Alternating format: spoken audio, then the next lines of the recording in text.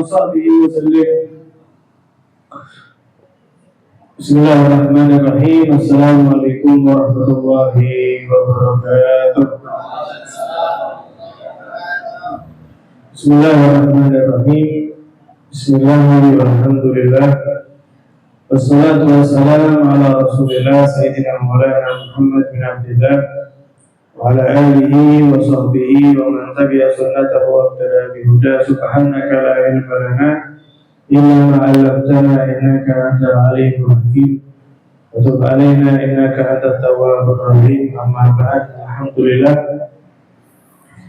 kembali kita dipertemukan oleh Allah Subhanahu wa taala dalam keadaan sehat walafiat, mencari ilmu, menambah ilmu,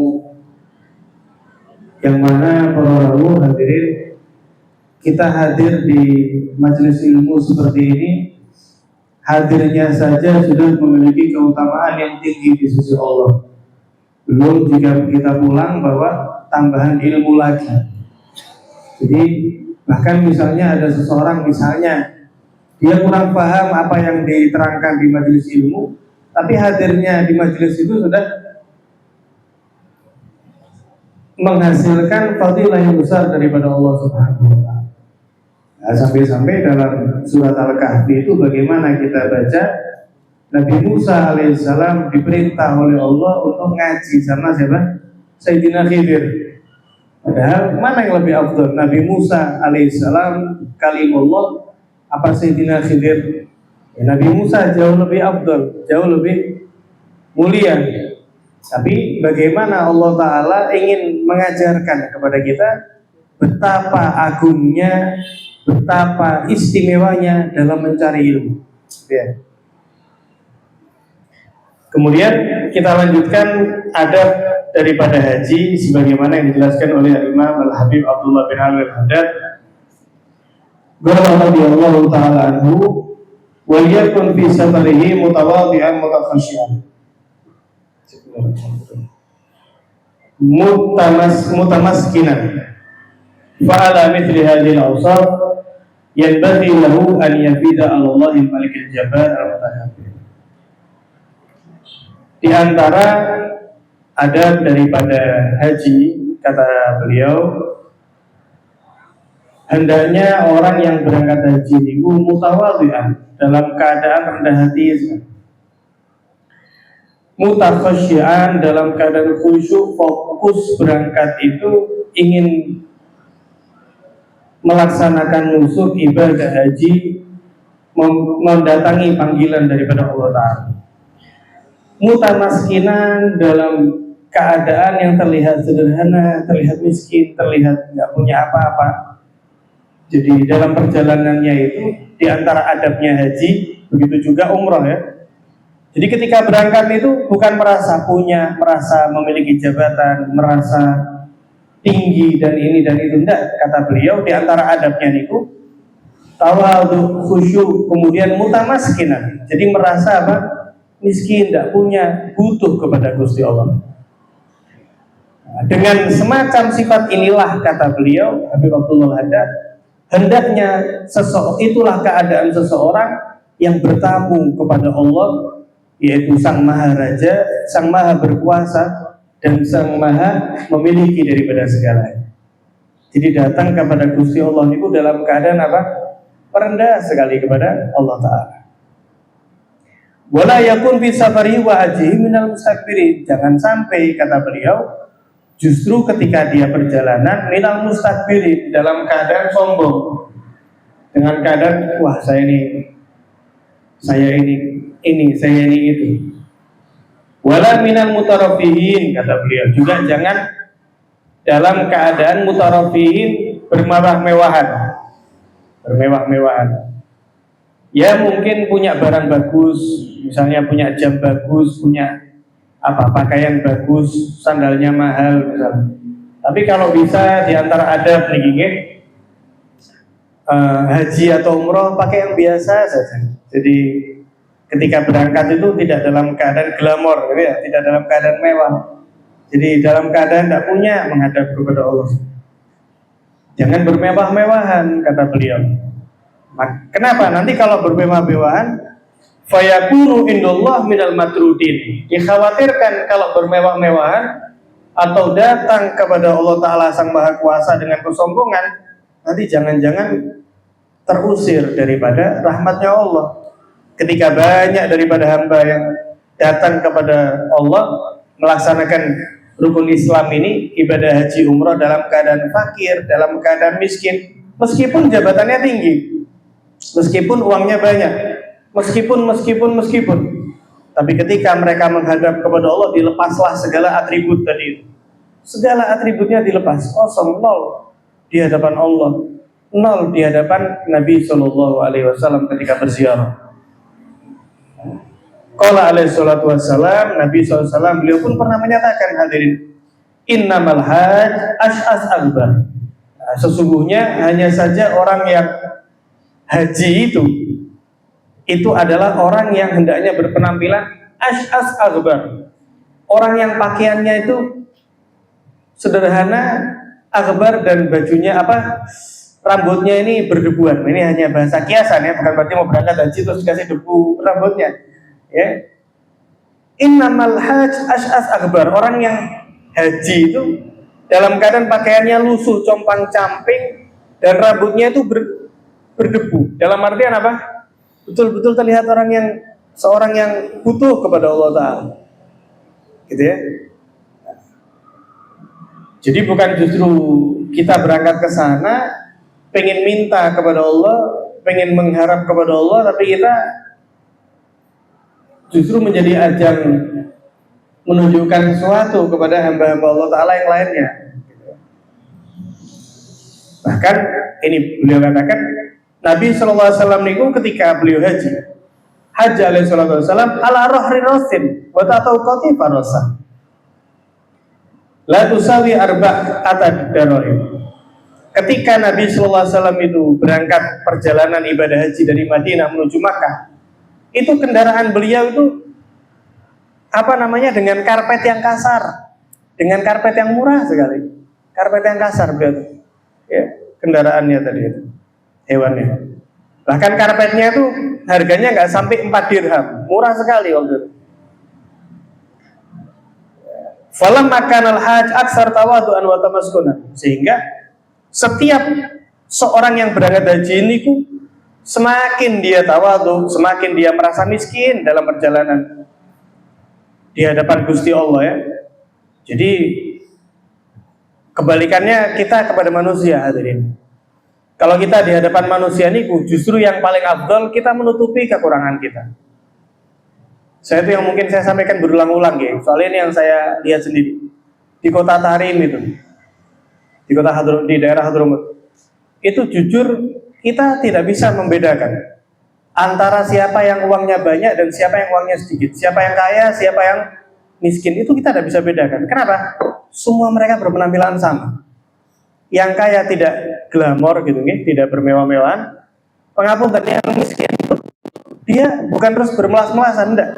Dia berpakaian sebagaimana semestinya, bersih, rapi. Tapi ketika kita di hadapan manusia, kita diperintah untuk menutupi kekurangan kita. Tapi ketika di hadapan Allah, kita justru dianjurkan untuk nampakkan kekurangan kita di hadapan Allah Ta'ala dalam perjalanan haji ini. Setiap orang, semakin orang itu tawadhu, berpenampilan dan penampilannya semakin yuridu bidzalika Allah, tapi penampilan sederhana tapi semata-mata pengen sebagaimana hadis Nabi tadi, orang yang haji niku compang-camping dan rambutnya akbar, jadi berdebu. Penampilan sederhana, pengen semata-mata pengen ridhonya Allah, nuruti kanjeng Nabi. Karena haju atyab wa aska, maka hajinya hamba tersebut atyab wa aska, itu jauh lebih baik daripada hajinya orang lain. Wa aska, dan lebih suci, lebih bernilai. Wa ajal wa akmal, lebih agung dan lebih sempurna lagi. Jadi orang yang berangkat ibadah haji itu ketika mereka selesai melaksanakan ritual, kembali ke rumah masing-masing, ya mereka ritualnya sama, waktunya sama, tapi mereka memiliki nilai ibadah haji yang berbeda-beda. Ada yang jauh lebih banyak, ada yang sedikit, bahkan na'udzubillah ada yang tidak keterima sama sekali. Na'udzubillah min dzalik. Nah, ini di antara adab kata beliau. Jadi ketika berangkat itu penampilan sederhana. Misalnya biasa kalau kerja nggak apa-apa, kita tidak ada larangan. Misalnya jenengan pakai jam harga ratusan ribu, jutaan, tidak ada masalah. Ya mungkin untuk kerja dan lain sebagainya. Nah tapi ketika berangkat menuju Baitullah, nah, itu ditinggal dulu ya, itu ditinggal dulu. Punya apa yang mewah-mewah itu ditinggal dulu. Kemudian yang menarik lagi di sini Imam Abdullah bin Alwi Al-Haddad, beliau menukil kalam Al-Imam Al-Ghazali. Qala Hujjatul Islam Al-Ghazali rahimahullah. Al-Imam Al-Ghazali beliau itu menyatakan, ini di dalam kitabnya Ihya Ulumuddin. Dalam kitab Ihya, tapi dirangkum oleh Habib Abdullah Haddad, dicantumkan di kitabnya Naso'eh. Ja'alallahu safar ilal hajj misalan li safar ilal akhirah. Sesungguhnya Allah itu menjadikan prosesi perjalanan orang menuju ibadah haji itu kalau dilihat, kata beliau, persis menggambarkan bagaimana orang itu menuju perjalanan menuju alam akhiratnya. Fayan bagilan, maka hendaknya engkau antas tahdira inda kulli amalin min amali safar amran min umuril akhirah yuwazihi wa yumathilu. Maka hendaknya engkau wahai yang mau berangkat haji umrah menghadirkan di setiap amalan-amalan prosesi perjalananmu sampai melaksanakan ritual itu, bayangkan sebagaimana itu adalah amalan yang terkait dengan amalan akhirat. Nanti akan diperjelas oleh beliau. Yuwazihi wa yumathilu, yang mana amalan ritual haji ini ya mirip serupa dengan ritual perjalanan seseorang menuju alam akhiratnya. Diperjelas oleh beliau. Fatatadzakkar inda wada'il ahli wal ashab inda safar. Biasanya orang kalau mau berangkat ibadah haji, termasuk umroh kadang ya, terutama haji misalnya, itu ngumpulin ada bikin walimah safar ya. Walimah safar, kumpul semua, bacakan doa, terus nanti ada permintaan ya, doa daripada orang yang mau berangkat haji, nanti dia minta maaf, dia minta doa. Kemudian ketika berangkat dilepas, ya pelepasan itu nanti ada keluarga yang bahkan kadang nangis gitu ya, padahal bakal pulang lagi insya Allah, tapi kadang nangis, ya terharu, nangis berpisah sementara. Kata Imam Al-Ghazali, bayangkan ketika kamu berpisah dengan keluarga dan teman-temanmu itu, berangkat menuju Mekah untuk melaksanakan haji, ya, maka bayangkanlah perpisahan tersebut wada'ihim fi sakaratil maut, seolah-olah itu adalah perpisahan ketika sakaratul maut. Jadi ketika mau berangkat ibadah haji itu kan minta maaf, seperti orang sakaratul maut kan gitu. Ya minta maaf, minta didoakan. Kemudian orang-orang juga mendoakan gitu ya. Berangkat merasa sedih gitu ya. Nah, ini bayangkan seolah-olah ini adalah perjalanan apa? Sakaratul maut. Kemudian yang kedua, kesamaannya lagi di mana kata beliau? Wa min akhdizat lit-thariq. Orang kalau mau berangkat haji lah bawa sangu ya. Bawa sangu berapa yang bawa sangu. Mungkin butuh buat beli apa. Nah, bayangkanlah sebagaimana engkau membawa sangu tadi itu, membawa bekal untuk perjalanan haji sampai pulang, maka bayangkan itulah akhdizat lit-thariqil akhirah. Sebagaimana itu seolah-olah kamu telah mempersiapkan, mengumpulkan bekal untuk perjalanan panjang akhirat. Wa min bu'di thariq wa khawfi sibaq wal qata' fiha. Kemudian yang ketiga, perjalanan haji ini kan jauh ya, terlebih dari Indonesia. Naik pesawat bisa 8 jam lebih. Perjalanannya jauh. Kalau zaman dulu lewat darat mungkin takut hewan buas atau takut adanya begal, kan panjang perjalanan ini. Maka tadzakkar, ingatlah dengan panjangnya perjalananmu menuju Makkah, ingatlah betapa panjang perjalanan menuju apa? Alam akhirat tadi. Wa fitnati munkarin wa nakir. Kalau orang berangkat ibadah haji itu yang dikhawatirkan begal ya, begal naudzubillah. Kemudian macan, hewan buas mungkin. Nah, kalau ini di alam akhirat ingatlah bahwa menuju surga itu ada beberapa fase dan ada alam kubur. Yang mana di alam kubur ada malaikat munkar, nakir. Wa azabil qabr, dan adanya azab kubur, naudzubillah min dzalik. Kemudian ingat lagi ketika seorang berangkat atau melaksanakan ritual manasik itu menggunakan apa? Pakaian ihram ya. Pakaian ihram. Orang presiden pun, raja-raja pun, orang sekaya apapun, ketika dia melaksanakan manasik haji ataupun umrah harus dilepas segala pakaian tersebut, melainkan hanya apa? Ada dua helai kain ihram. Satu dipakai sarung, satu dibuat apa? Nutupin dada tadi.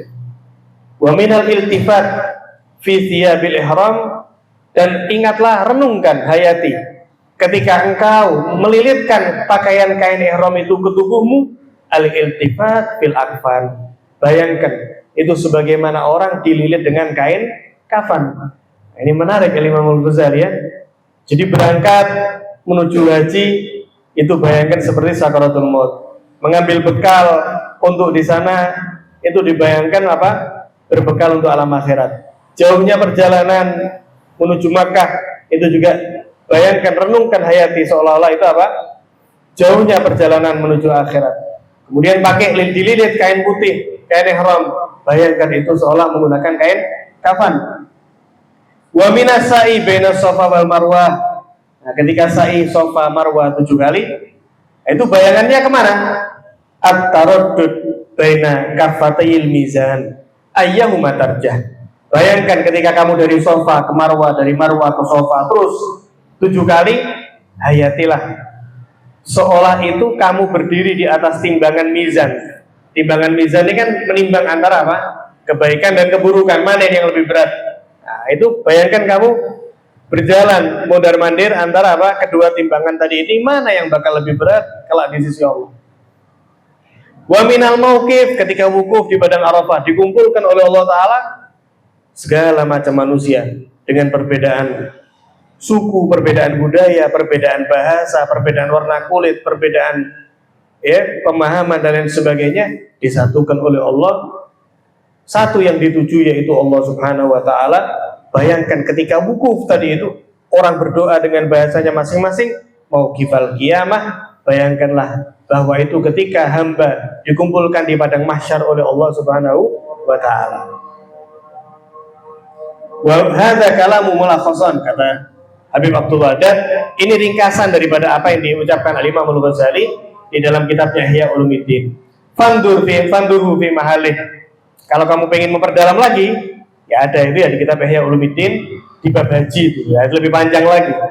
Wal amr kama dzakarahu rahimahullah, ya, dan perkara ini persis sebagaimana yang disebutkan oleh beliau, wa jazahu anil muslimina khairan, dan semoga Allah Ta'ala membalas untuk Al-Imam Al-Ghazali ya daripada kaum muslimin dengan kebaikan.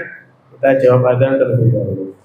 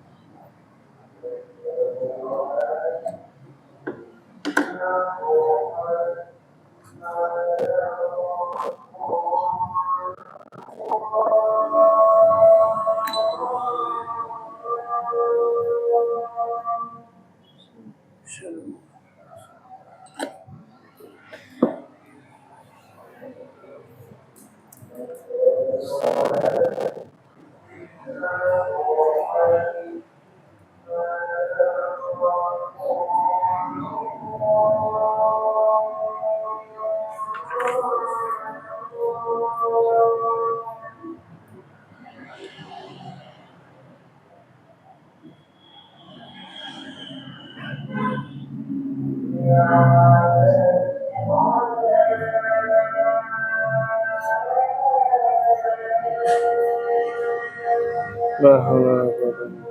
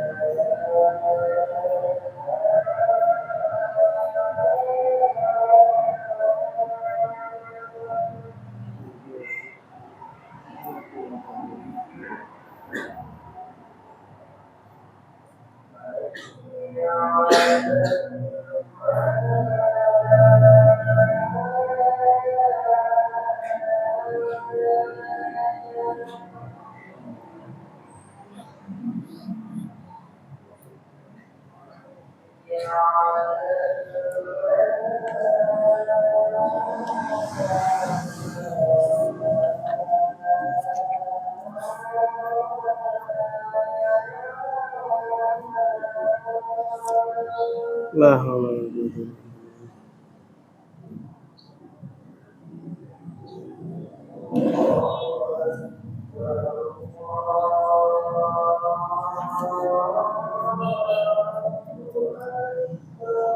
Allahu akbar, Allahu akbar.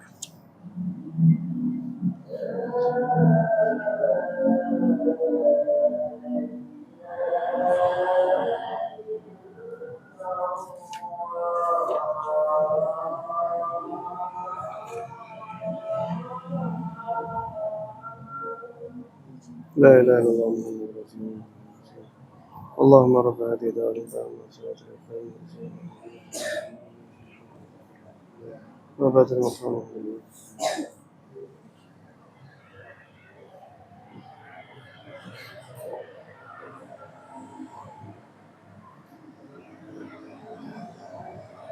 Jadi Imam Al-Ghazali ya beliau memberikan renungan-renungan ketika orang melaksanakan manasik haji dari ketika berangkat dari rumahnya. Wayan bagiril haj, kemudian beliau melanjutkan hendaknya bagi orang yang berangkat haji idza wasala ila haramil baladil haram al amin maka musyarrafah, hendaknya ketika orang yang berangkat haji sampai ke kota Makkah khususnya tanah haram, zadallahu syarafan, semoga Allah taala menambahkan kemuliaan tanah haram, hendaknya bagaimana keadaannya an yakuna mumtali'al qalbi bi ta'zimillah wa ijlal, hatinya itu dipenuhi dengan pengagungan kepada Allah, pemuliaan kepada Allah Subhanahu wa taala. Wis jangan sampai kita sibukkan hati ini dengan hal-hal yang lainnya. Ya, misalnya tambah ngerasani ini, tambah aduh, emane. Jadi wis dibuang dulu semuanya. Sampai hadirin ada beberapa yang berpesan itu seperti ini. Kalau kamu pengen berangkat haji atau umroh, itu nih bisa jangan sama teman yang biasa kamu nongkrong di tempatmu. Kenapa? Soalnya nanti sampai sana nongkrong lagi. Ya, atau sampai sana nanti tambah rasan-rasan lagi ya. Dan terus apa bedanya? Gitu ya. Tapi nih misalnya wes kadung ya. Atau misalnya pengen janjian sama teman berangkat, ya udah ada masalah.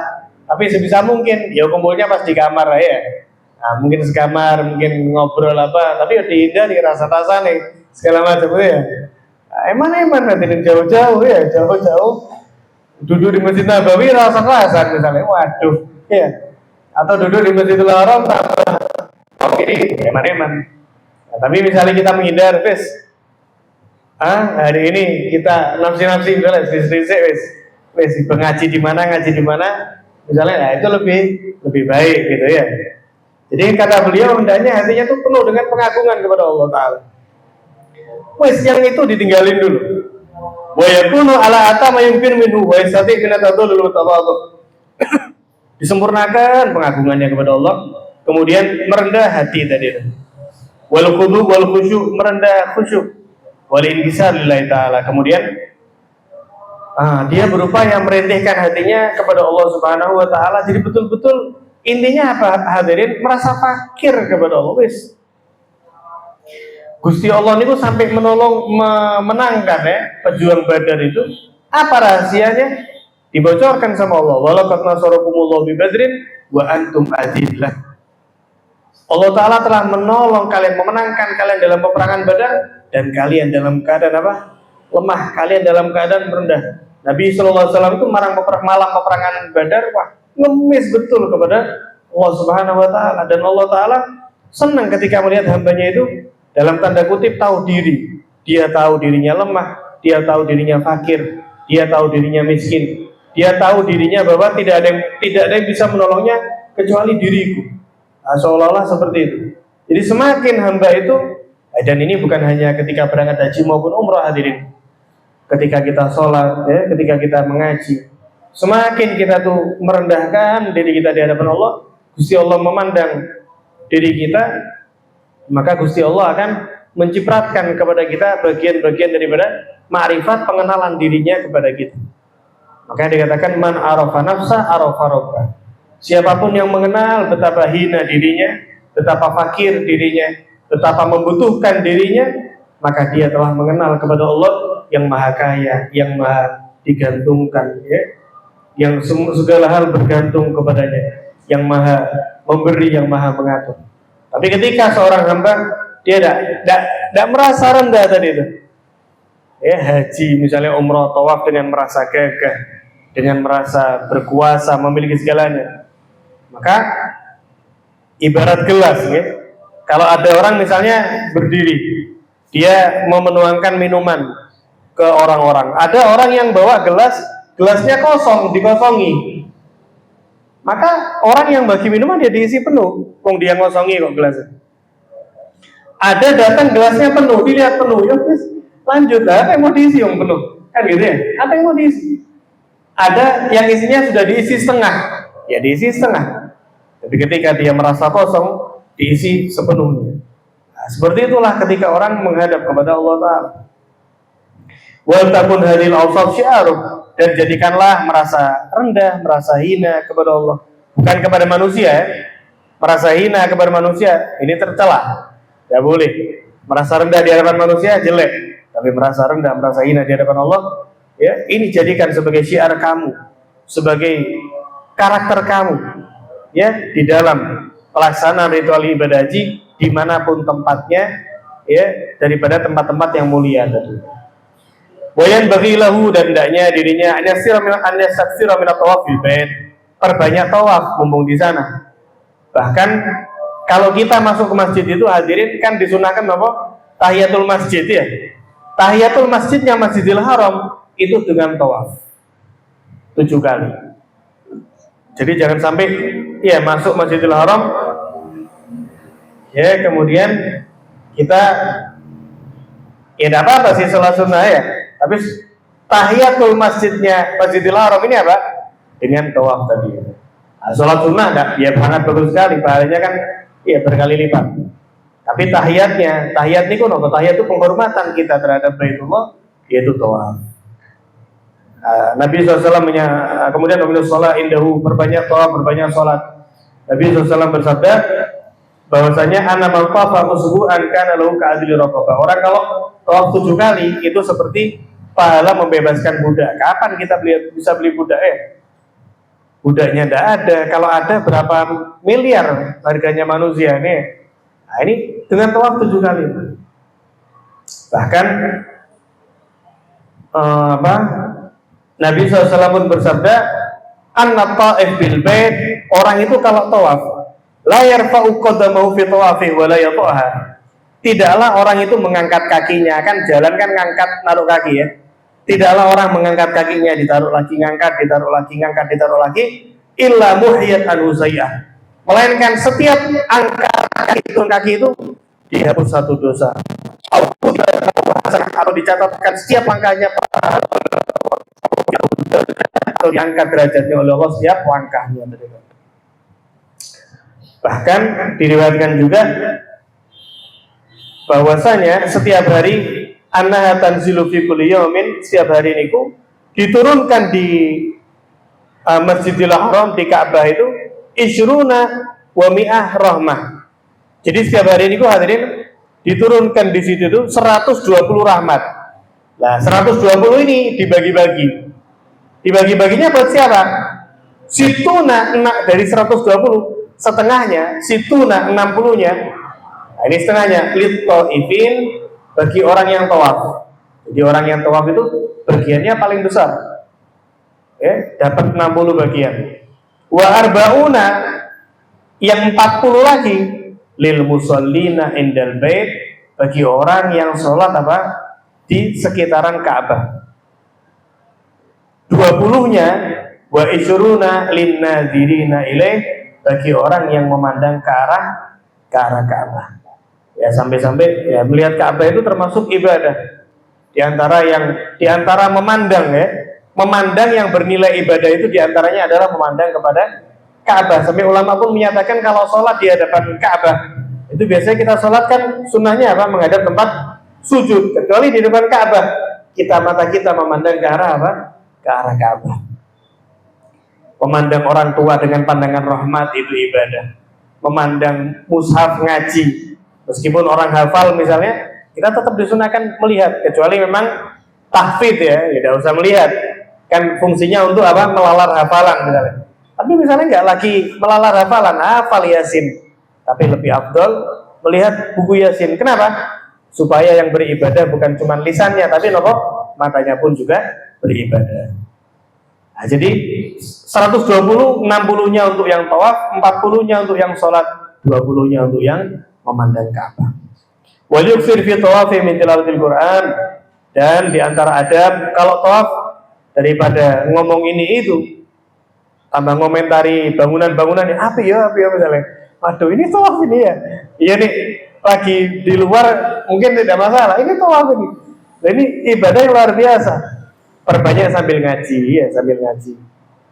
Ya, tapi ya sambil lihat depan ya, nubru orang nanti ya. Wa minal adhkar wal atiyah, baca zikirnya, baca doa-doa yang diajarkan oleh Nabi. Wa khususan minha al-warid fi tawaf, khususnya doa-doa yang memang diajarkan ketika tawaf oleh Nabi SAW. Wal yukthir min istilamil hajaril aswad al-mubarak, kalau bisa ya sering-seringlah daripada mencium hajar aswad, tapi jangan dipaksakan ya. Kalau bisa dicium, kalau tidak bisa cium, ditempelkan tangannya, kemudian tangannya dicium. Kalau tidak bisa lagi dari jauh, tangannya ini diarahkan ke arah hajar aswad, kemudian tangannya dicium.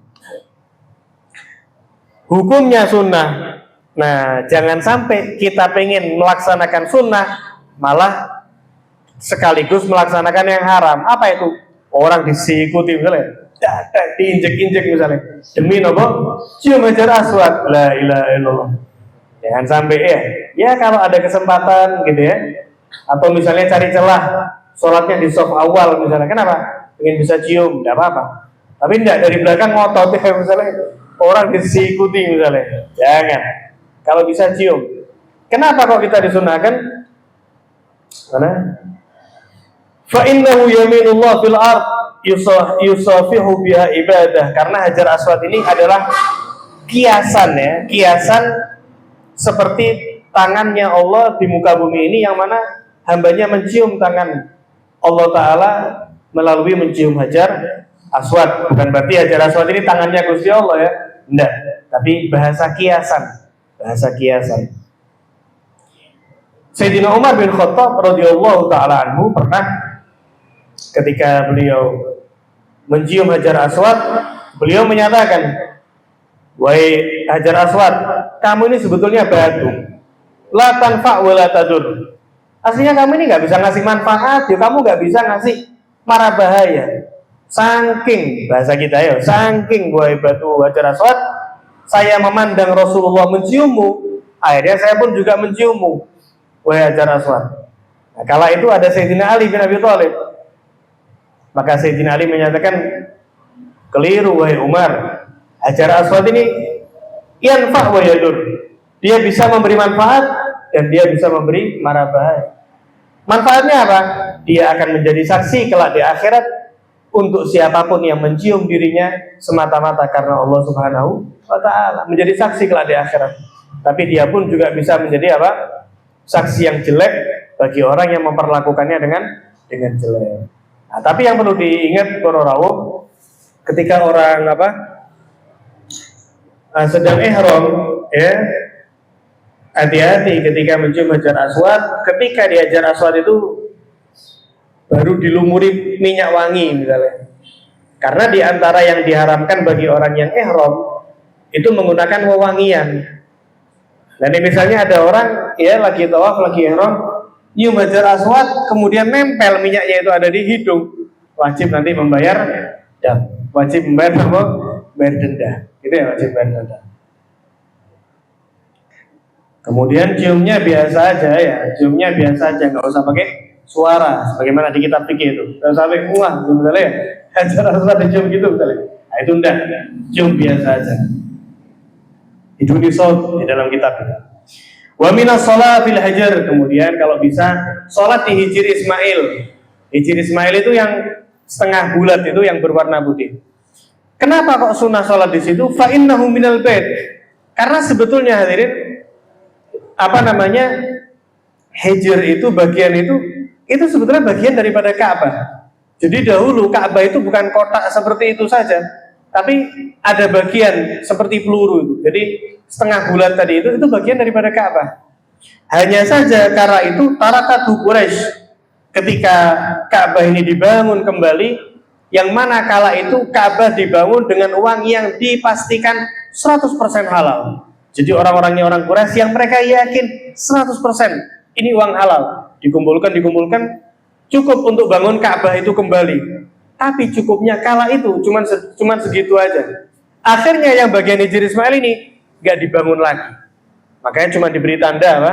Setengah lingkaran tadi. Jadi kalau ada orang sholat di dalam hijr Ismail, maka dia seperti sholat di dalamnya Ka'bah. Karena Ka'bah itu ya bukan hanya bangunan itu saja, tapi sekaligus hijr Ismail, dan yang ke atas itu sampai menjulang ke langit tadi. Itu bagian daripada Ka'bah. Makanya kalau ada orang tawaf, ya dia tawaf, kemudian dia nyebal, ya harusnya kan kotak gini ya. Coba Pak Kadip barangkali bisa di Ka'bahan kecil. Enggak tahu, ya. Diangkat aja. Ya, terima kasih. Nah, ini Hajar Aswad ya. Nah, seperti ini. Ini ada hijr Ismail. Nah, setengah lingkaran gitu ya.